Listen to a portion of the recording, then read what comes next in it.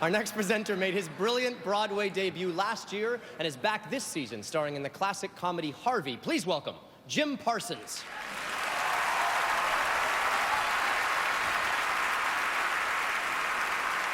You've come to New York to see a Broadway play, ready to set forth on a theatrical adventure.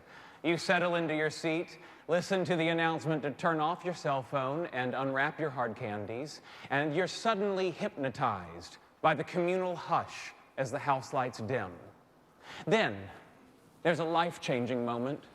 The stage lights go up, and the actors lead you on a flight into the world of the playwright. Come with me on this journey as we take 4 mini-adventures into the nominees for Best Play. Lights up on our first nominee. Bruce Norris's Clybourne Park examines the territorial nature that exists throughout American history.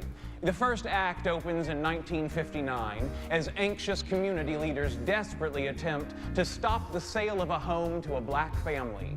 Act 2 takes place in the same house 50 years later as the now predominantly African-American neighborhood battles to maintain their hold in the face of gentrification.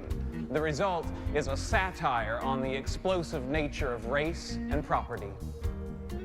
You guys have this territory, right? And you don't like having it stolen away from you the way white people stole everything else from black America. We get it, okay? We apologize, but what good does that do if we perpetually fall into the same predictable little euphemistic tap dance around the topic? You know how to tap dance? Oh, you see? In Other Desert Cities by John Robin Bates, a young woman comes home after a 6-year absence to celebrate Christmas with her parents, brother, and aunt.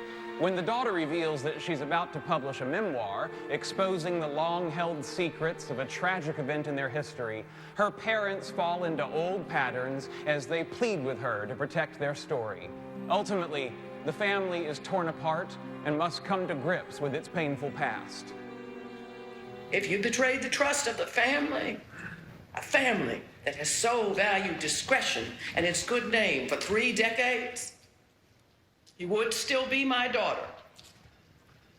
But the meaning of that would change. The century-old legend of Peter Pan is upended in Peter and the Starcatcher, Rick Ellis's adaptation of the novel by Dave Barry and Ridley Pearson.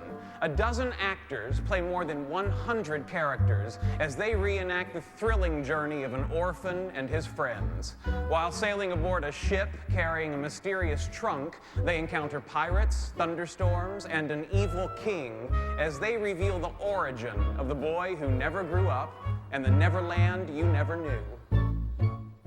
If you were a pirate, you'd have a proper name. You could do that? Well, I'm the boss, ain't I? How about Bluebeard Bob? Long John Leary. Oh, we hung a bloke from the yard on. We could go Wednesday. Pirate Pete, that's available. Pirate Pete! A stark rehearsal studio is the setting for an intellectual encounter between an actress and a playwright who has adapted the 1870 novel Venus in Fur in David Ives' new play by the same name. When the writer finds himself reading his script with the mysterious young woman, the lines between them and his characters begin to blur. What follows is an exploration of gender roles, power, sexuality, desire, and domination.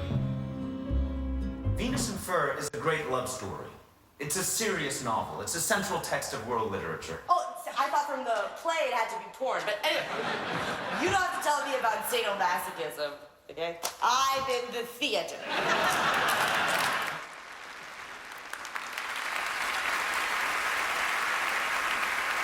Those are the nominees for Best Play.